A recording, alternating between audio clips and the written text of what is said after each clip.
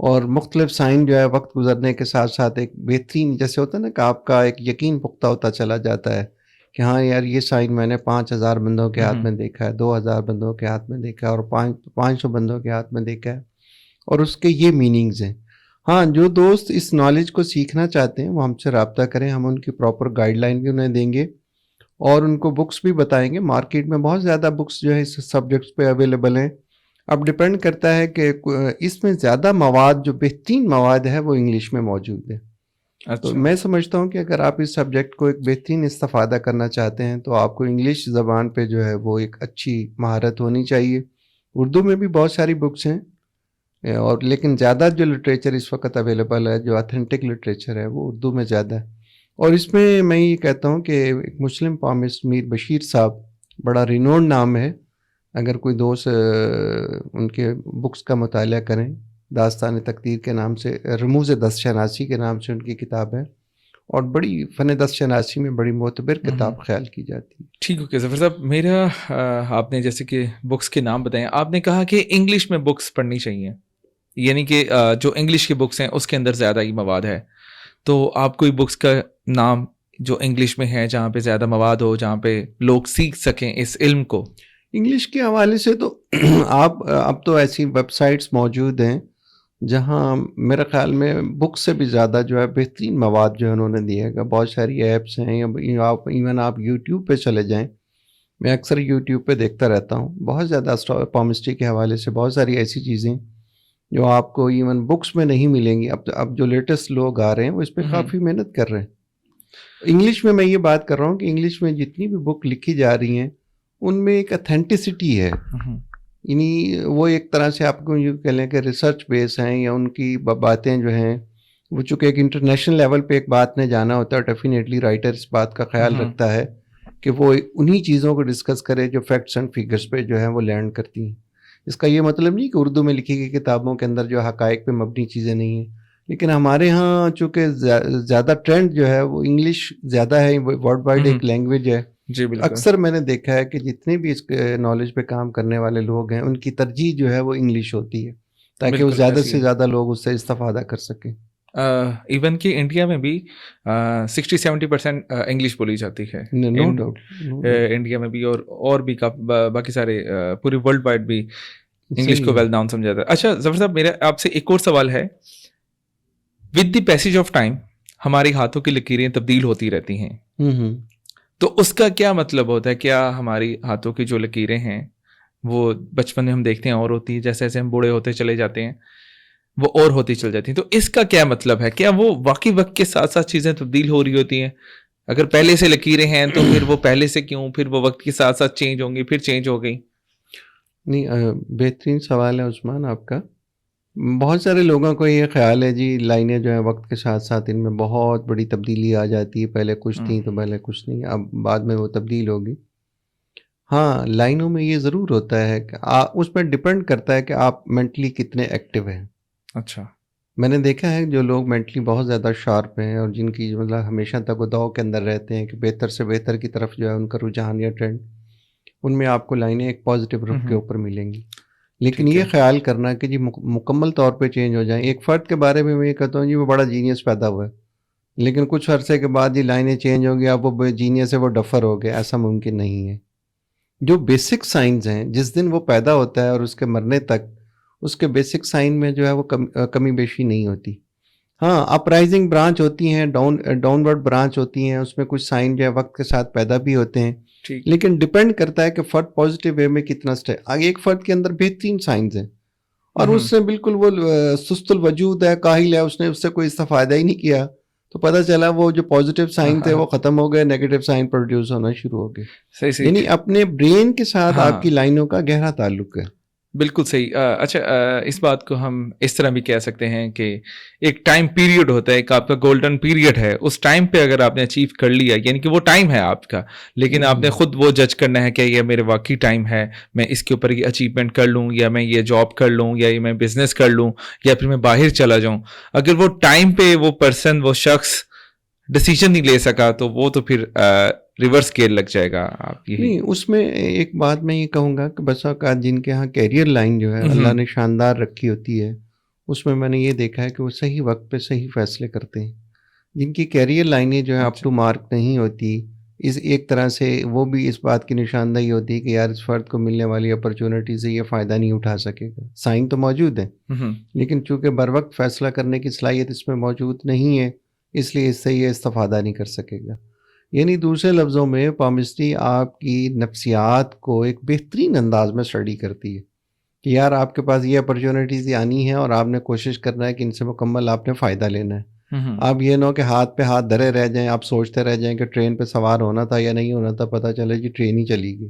ایسے یہ چیزیں جو ہیں دھیان رکھنا چاہیے. بالکل. اچھا ظفر صاحب، ایک میل اور فیمیل کی آپس میں شادی جب ہوتی ہے تو کیا ان دونوں کے ہاتھوں کے سائن آپ کو دکھا کر یا پیمسٹری میں ان دونوں کے ہاتھوں کے سائن آپ دیکھ کر آپ یہ اندازہ لگا سکتے ہیں کہ ان دونوں کی بنے گی یا نہیں بنے گی، یا لڑائی اور جھگڑا رہے گا؟ کیا یہ بھی علم ہے ان ہاتھوں کے اندر؟ جی بہت زبردست سوال. بلکہ میں یہ کہتا ہوں کہ جتنا یہ نالج ایک میرڈ فرد کو بیفور میرج ایک سپورٹ پرووائڈ کر سکتا ہے. جیسے ہمارے ہاں آج کل یہ ہوتا ہے کہ جی آپ دونوں کو بلڈ گروپ ٹیسٹ کروانا چاہیے. ہیموتھیلیا یا اس کا جو امراض ہیں ان میں بھی دیکھا گیا کہ یار ہسبینڈ اور وائف کو پہلے بلڈ چیک کروانا چاہیے تاکہ بچوں کے اندر جو ہے کوئی کسی قسم کی بیماریاں نہ آئیں. بالکل اسی طرح سے اب دو بندے جو شادی کرنے جا رہے ہیں اگر دو ڈفرینٹ پروفائل کے ہیں تو الٹیمیٹلی انڈرسٹوڈ ہوگا کہ یار ان کی شادی سروائیو نہیں کرے گی. اور میں یہاں ایک بات آپ سے شیئر کرتا چلوں کہ شادی کے سروائیو کرنے یا نہ کرنے کے سائن جو ہیں خاتون کے ہاتھ میں بڑے نمایاں ہوتے ہیں. اچھا، یہ خاتون کے ہاتھ سے آپ دیکھ کے یہ بتا سکتے ہیں کہ اس کی شادی سروائیو کرے گی یا نہیں کرے گی. اسی طرح سے میل ممبر کے ہاتھ میں ایک بندہ جو ہے وہ روڈ ہے یا ایک بندہ جو ہے وہ گفت و شنید میں یا پروفائل میں یا مزاج میں اس کا صحیح نہیں ہے، تو یہ ہاتھ اس کے حوالے سے بہترین پرسنالٹی انالیسس پرووائڈ کرتا ہے.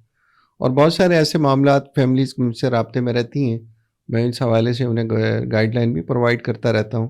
اور بچیوں کے حوالے سے خاص طور پہ میں یہ کہتا ہوں کہ اگر ان کے ہاتھ میں شادی کا سائن جو ہے وہ بڑا پرومیننٹ ہوتا ہے، اس لیے پیرنٹس کو چاہیے کہ اگر وہ اس نالج سے استفادہ کریں تو وہ میرے خیال میں بہت سارا یہ نالج ان کی ہیلپ کر سکتا ہے.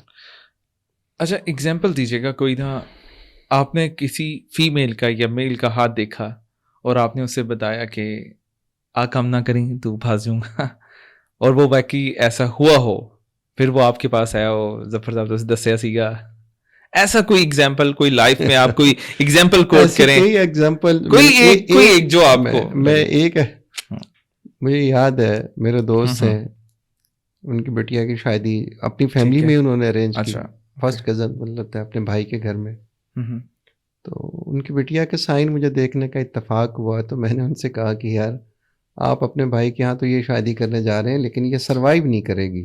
اچھا، کہ نہیں یہ ہمارا بڑا تعلق، مطلب ایک بلڈ ریلیشن اور یہ ساری چیزیں. میں نے کہا یار ایک بات ہے، بلڈ ریلیشن اپنی جگہ، لیکن مجھے لگتا ہی ہے کہ بچوں کے مزاج جو ہے نا ایک دوسرے سے میچ نہیں کر پائیں گے. الٹیمیٹلی وہ شادی بعد میں فیلیور سے دو چار ہوئی. میں نے کہا جی میں نے یہ بات آپ کو شادی سے کوئی 1 سال پہلے کہہ دی تھی کہ آپ اس حوالے سے جو ہے وہ دیکھیں، ایسے فرد کا انتخاب کریں جو ان کا پروفائل ایک ہو، ان کی تعلیمی لحاظ سے ہم پلہ ہو، جو ان کو ڈیو رسپیکٹ دینے والا ہو، وہاں یہ اپنے آپ کو بہترین انداز میں مینج کر سکیں گی. تو اس طرح سے بہت سارے ایسے سائنز ہیں. کئی ایسے لوگ آتے ہیں، بہت سارے ایسی فیملیز آتے ہیں جو یہ کلیم کرتے ہیں جی مطلب ہمارے ساتھ جو ہے دیکھیں جی. میں نے کہا کئی دفعہ ایسا انڈیکیٹ کیا کہ یار آپ کے ساتھ سے یہ حادثہ ہو چکا، اب آگے کی بات کریں. بہت سارے معاملات میں، بلکہ میرڈ معاملات میں تو یہ سبجیکٹ جو ہے وہ بڑی ہیلپ کرتا ہے. اچھا ہاں. اچھا ظفر صاحب، اسی سے ریلیٹڈ آج کل یعنی کہ ہم دیکھ رہے ہیں کہ بزنس کے حوالے سے لوگ بزنس کرتے ہیں، پارٹنرشپ پہ، ہمارے یہاں پارٹنرشپس بہت ہوتی ہیں. کیا پارٹنرشپ کا بھی ان ہاتھوں کے دیکھنے سے پتہ چل جاتا ہے کہ ان دونوں کی آپس میں بنے کی نہیں؟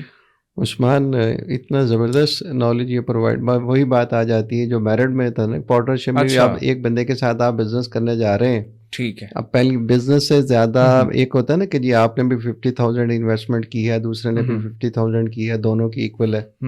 دیکھیں اس کے ساتھ ساتھ یہ ہوتا ہے کہ جس پروفائل کے ساتھ، جس بندے کے ساتھ آپ بزنس کر رہے ہیں اس میں دیانتداری کا پروفائل کیا ہے. بالکل. کیا وہ چیٹر تو نہیں ہے؟ کیا وہ بلفر تو نہیں ہے؟ کیا وہ مین آف کمٹمنٹ ہے؟ کیا وہ مطلب اپنی ذمہ داریوں کو ریئلائز کرتا ہے؟ ایسا تو نہیں کہ آگے چل کے وہ آپ کے لیے مسائل کی ایک دیوار کھڑی کر دے گا. ایک ریلیشن اور تعلق جو ہے آپ اس کو بھی بریک کر بیٹھیں گے.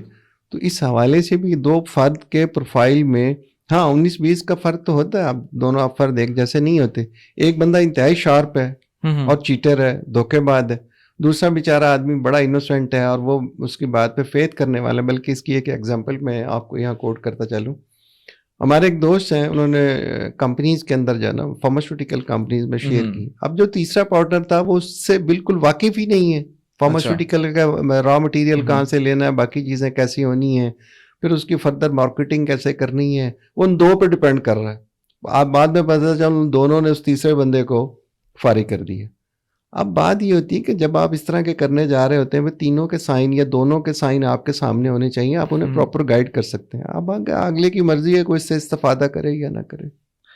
یعنی کہ جیسے پرانے وقت میں بادشاہ وقت ہوتا تھا, ان کے پاس بھی ایک ایسا علم رکھنے والا شخص ہوتا تھا جو بادشاہ کو مشورے دیتا تھا. یعنی کہ آپ کے مشورے بڑے قیمتی ہیں, یعنی کہ لوگوں کو لینے چاہیے مشورے.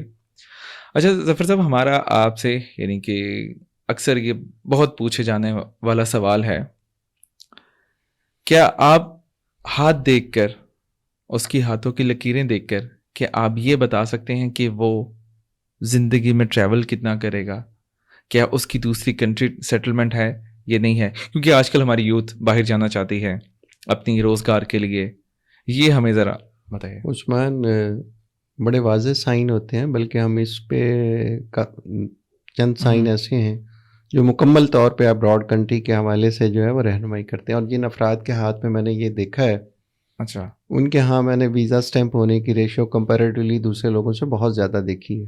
اچھا, اور میں ایک بات ہمیشہ یہ کہتا چلا آیا ہوں کہ بھائی ویزے اوپر لگتے ہیں, ان کی قدرت, جن کے روزگار یا اللہ نے باہر لکھے ہوتے ہیں ان کا. بلکہ ایک آپ کو میں اپنا ذاتی, امریکن ایمبیسی میں ہم انٹرویو کے لیے پیش ہوئے تو میرے سامنے ایک بچہ کھڑا تھا, اس کا حلیہ بالکل ایسے تھا جیسے لگتا ہے کہ پچھلے 1 مہینے سے وہ نہایا ہی نہیں ہے. اچھا, اس نے جو اپنے کاغذات اپنے ہاتھ میں لیے ہوئے تو کوئی فائل نہیں ہے, جیسے ہم وہ نہیں مطلب رول کر کے ہاتھ کا کاغذ پکڑ لیتے.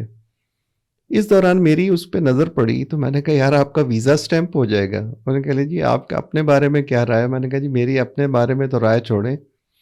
کہتے ہیں آپ میرے حلیے سے, میرے پروفائل سے آپ کو لگتا ہے کہ میرا ویزا لگ جائے گا؟ میں ویزا لگوانے نہیں آیا, میں تو صرف ریجیکشن کے لیے آیا ہوں. میں نے کہا خیر چلتے ہیں. کہتے جی ابھی آدھے گھنٹے بعد باری آ جائے گی, پتہ چل جائے گا کیا رزلٹ اناؤنس ہوتا ہے. میں نے اسے یہ نہیں بتایا کہ میں پرومسڈ ہوں یا میرا کوئی پرومسٹری سے کوئی تعلق یا کنسرن ہے. خیر کوئی 15-20 منٹ کے بعد ہم ونڈو کے قریب پہنچے, اس نے اپنے ڈاکومنٹس دیے اور اس نے جو ویزا کاؤنسلر تھا اسے کہنے لگا جی آپ ایک مہربانی کریں, میرے کاغذات ریجیکٹ کر دیں, میرے والد کا پریشر جو ہے بہت زیادہ, مجھے امریکہ جانے کا کوئی شوق نہیں ہے. میں ان کے اصرار کرنے پہ نا یہ ریجیکشن لگوانے آیا. اب اس نے جو اس کا پروفائل دیکھا, سارے ڈاکومنٹس, وہ اس کے والد نے اس کا کسی بہت اچھی یونیورسٹی میں ایڈمیشن کروایا ہوا تھا. اب وہ ویزا کاؤنسلر اس کو کنونس کر رہا ہے کہ یار تم ایک دفعہ وہاں جا کے تو دیکھو, ایک دفعہ یونیورسٹی کو وزٹ تو کر کے, بے شک وہاں نہ پڑھنا واپس آ جانا. انہوں نے کہا جی میں یہاں بڑی لگژری لائف گزار رہا ہوں, مجھے بس آپ رہنے دیں. اچھا, یہ گفتگو, یہ ٹوٹل انٹرویو ہے. اس دوران اس نے کہا یار یہ جو ڈاکومنٹس تم نے لیے ہوئے ہیں دیکھو لوگوں نے کتنی اچھی فائلوں میں لگائے ہوئے ہیں اور لوگوں نے کتنے ویل ڈریس ہو کے آئے ہوئے ہیں, تو تم نے تو ایسے لگتا ہے اٹھ کے آگے ایک 10 روپے کی فائل ہی خرید لیتے. اس نے کہا جی میں نے ویزا لگوانا نہیں تھا اس لیے میں اس لیے میں آیا. خیر یہ ساری گفت و شنید کے بعد ویزا کاؤنسلر نے اسے ٹوکن دے دیا, وہ کوئی اسٹیمپ ریجیکٹ نہیں کیا. اب وہ بچہ باہر میرا انتظار کر رہا. جب میں باہر گیا تو کہنے لگا جی آپ نے یہ بات کس بنیاد پہ یہ بات کہی ہے؟ میں نے کہا یار بنیاد کو چھوڑو, جس بنیاد پہ کہ تمہارا ویزا مل گیا نا. کہتے ہیں جی میں نے تو حتی الوسع کوشش کی ہے کہ میرا ویزا نہ لگے.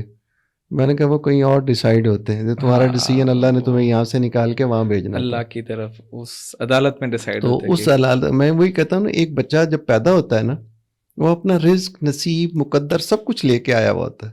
اس نے کہاں جانا ہے, کہاں رہنا ہے. بہت سارے لوگ ہیں جو بارہا کوشش کرتے ہیں, ان کا ویزا سٹیمپ نہیں ہوتا, اور کئی ایسے ہیں جن کو فرسٹ اٹیمپٹ کے اندر جو ہے کورا پاسپورٹ ہے اور ویزا لیا اور وہ گئے. ایسی. اچھا ظفر صاحب, ہمارا سیاست کے حوالے سے یہ سوال ہے کہ اتنے بڑے بڑے سیاستدان ہیں آپ کے سامنے ہیں, سب کے نام, زرداری صاحب, میاں محمد نواز شریف صاحب, شہباز شریف صاحب, مولانا فضل الرحمان, عمران خان, تو ان میں سے آپ کسی کا ہاتھ، آپ نے ہاتھ دیکھے ہوں یا ہینڈ پرنٹ دیکھے ہوں تو آپ کو لگا ہو کہ یار ان سب میں یہ ہاتھ ہے کہ یہ بڑا طاقتور ہے، اس کے ہاتھوں کی لکیریں ہیں، یہ بندہ ہے؟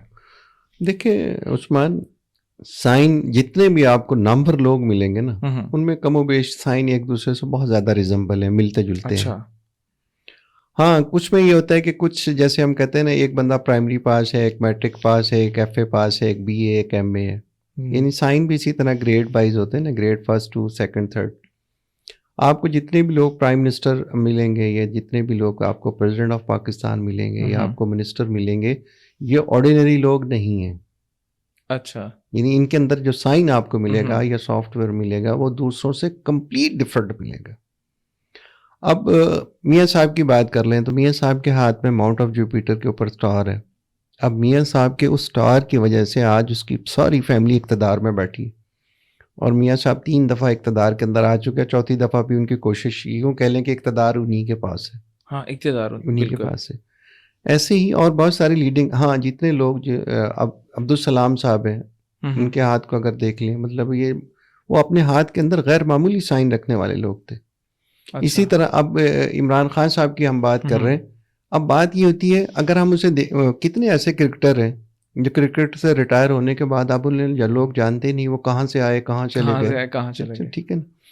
اب خان صاحب کے ہاتھ میں جو سائن ہے وہ غیر معمولی ہے.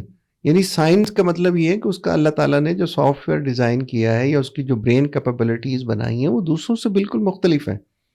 جب ایک بندے کا پروفائل یا اس کے اندر جو سافٹ ویئر ایسے ہی ہوتا ہے نا کہ ہم کوئی ایپ خریدتے ہیں تو اس کے اندر جی اس میں یہ چیزیں ڈیزائن ہوئی ہیں، اس میں یہ چیزیں ڈیزائن ہوئی ہیں، اسی طرح سے اللہ فرد بھی ڈیزائن کر کے بھیجتا ہے. اب خان صاحب کے ہاتھ میں غیر معمولی سائن ہے، اور اس سائن کی بنیاد پہ آپ دیکھ لیں قدرت اس کے لیے کیسے معاملات بناتی ہے، کس طرح سے اسے مقام و مرتبے پہ لا کے کھڑا کرتی ہے. بہت سارے لوگوں نے یہ خیال کیا کہ شاید خان ہماری وجہ سے، جب وہ لوگ چلے گئے تو پتہ چلا کہ وہ خان کی وجہ سے تھے، خان ان کی وجہ سے نہیں تھا. بالکل بالکل. تو یہ چیزیں جو ہے، میں ہمیشہ یہ کہتا ہوں کہ جو بھی جس مقام و مرتبے پہ فائز ہوتا ہے اس کی ذاتی کاوش کی ہم نفی نہیں کرتے، لیکن قدرت نے اس کے اندر وہ کوالٹیز رکھی ہوتی ہیں جو اس کو اس مقام و مرتبے پہ لا کے کھڑا کر دیتی ہیں. بالکل. بہت شکریہ ظفر صاحب، آپ نے بہت انٹرسٹنگ رہا آپ کے ساتھ. تو مزید اگر کسی پرسن نے کنسلٹیشن لینی ہو تو نیچے واٹس ایپ نمبر دیا ہوا ہے، آپ اس پہ رابطہ کر سکتے ہیں. ظفر اقبال لک صاحب سے آپ کنسلٹیشن لے سکتے ہیں. اس کے ساتھ ہی ہمیں اجازت دیں. نیکسٹ ٹائم ہم جو بھی آپ نیچے کمنٹس میں سوال کرنا چاہیں گے تو ہم ظفر صاحب سے ان سوالوں کے جوابات لیں گے. تو سب لوگوں کا بہت شکریہ. اللہ حافظ.